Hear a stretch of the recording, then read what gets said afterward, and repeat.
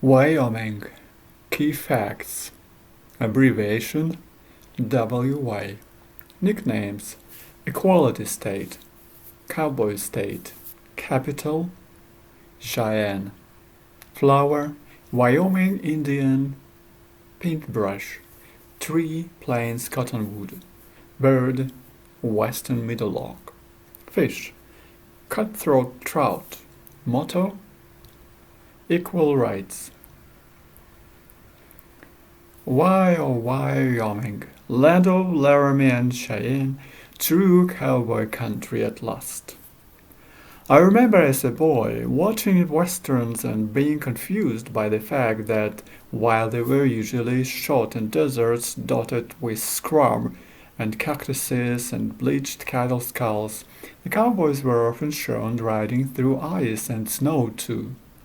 It seemed contradictory to me that a country could be both burning hot and freezing cold, like picturing snow in the Sahara or plum trees in Antarctica. But that is a true West for you, a land of extremes.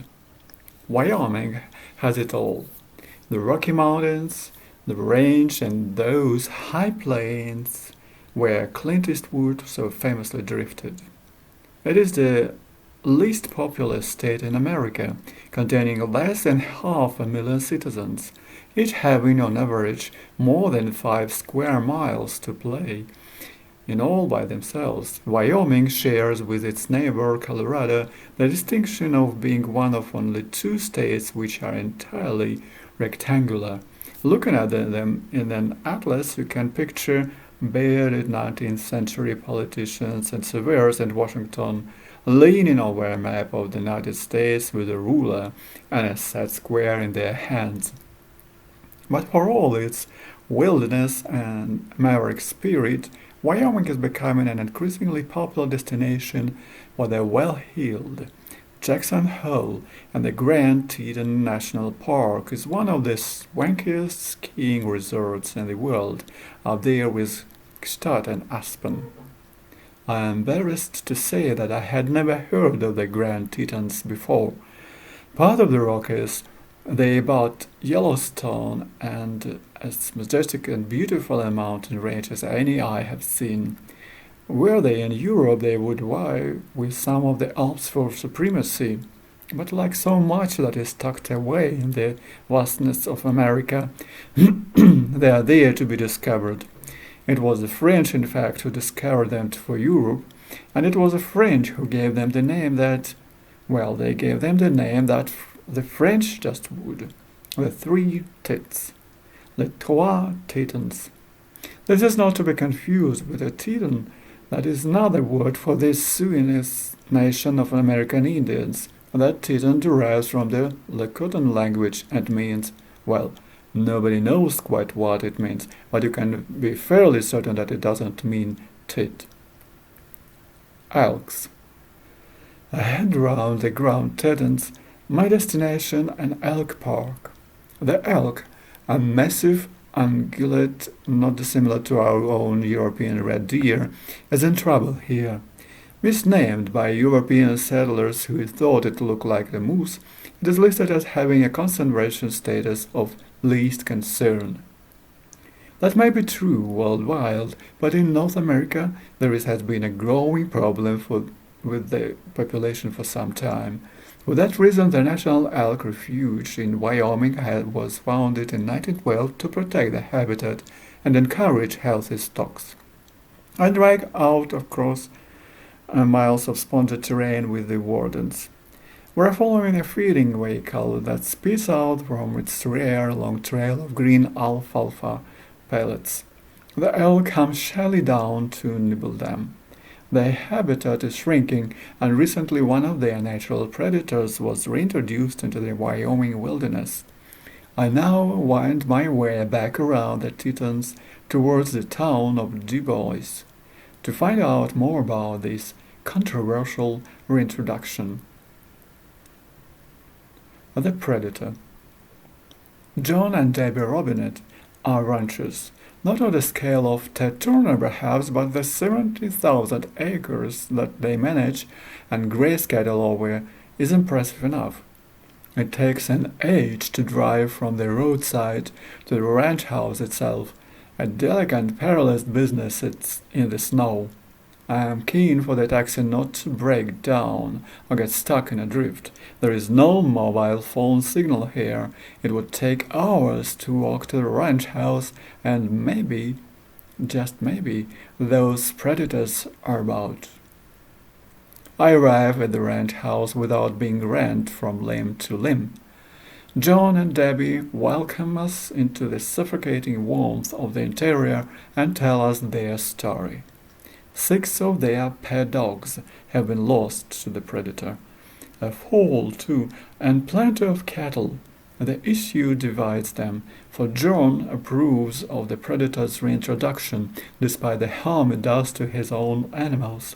Debbie is all for getting out her gun and letting the darn creatures have it. The predator in question is, in case you hadn't guessed, Canis lupus, the grey or timber wolf. The question this part of America faces is yet to be settled. Can man or wolf coexist? John believes that despite everything they can and must, but with food prices rising and tolerance of most ranches worn thin, Debbie believes that the wolf's days are numbered.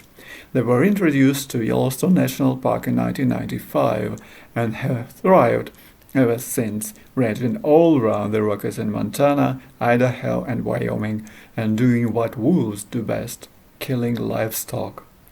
Debbie thinks it is time to take them off the endangered species list, which would allow ranchers to shoot them. John shakes his head sadly. Dear John, says Debbie, like all men, he is a sentimental romantic. It takes us hard-headed businesswomen to see the truth. I am all for wolves too, in theory. Would I be quite so generous if I had children, pets, and a herd of cattle to protect? I'm not so sure. As it happens, Debbie got her way. Exactly 2 weeks after I left their ranch, the taxi getting stuck in the snow and ice on the way out, necessitating a dig-out and rescue, the United States Fish and Wildlife Service removed the western gray wolf from the federal endangered species list. At least 10 wolves were immediately shot and killed in Wyoming, including one large man who had become something of a star with the public in Yellowstone. Whether Debbie was responsible, I don't know, but I can picture her mouth setting in a grim line as she sights along the rifle and squeezes the trigger with a breathe, "Goodbye, critter." A coalition of environmental groups is apparently now planning to sue the federal government in order to force them to categorize the gray wolves as endangered once more, and therefore bring an end to the legalized killings. John and Debbie's household, it turned out, was representative of America, a house divided on the issue of these beautiful but dangerous beasts. Mush, mush. There is one descent of the wolf that does have a secure place here, the husky. It has long been an ambition of mine to be pulled in a dog sled, and today I'm about to have that ambition realized. The crew, and I too, in my heart of hearts, are a little worried that the bone in my arm wasn't knitted well enough to take the bumps and bounces that accompany a sledge ride, but I am determined. 10 miles or so from Jackson Hole, along the switchback roads, lives Stacy and her pack of dogs. She has picked out a fabulously, absurdly old-fashioned sled for me to be conveyed in. All I have to do is help her touch the dogs, a complicated business involving leads and reins looped in improbable ways, and then I lie down and enjoy the ride. Which I do. The snow is falling thickly in the woods. The huskies are as yelpingly, sparklingly happy as any animals I have ever seen, and the rapid sliding motion is surprisingly bumpless.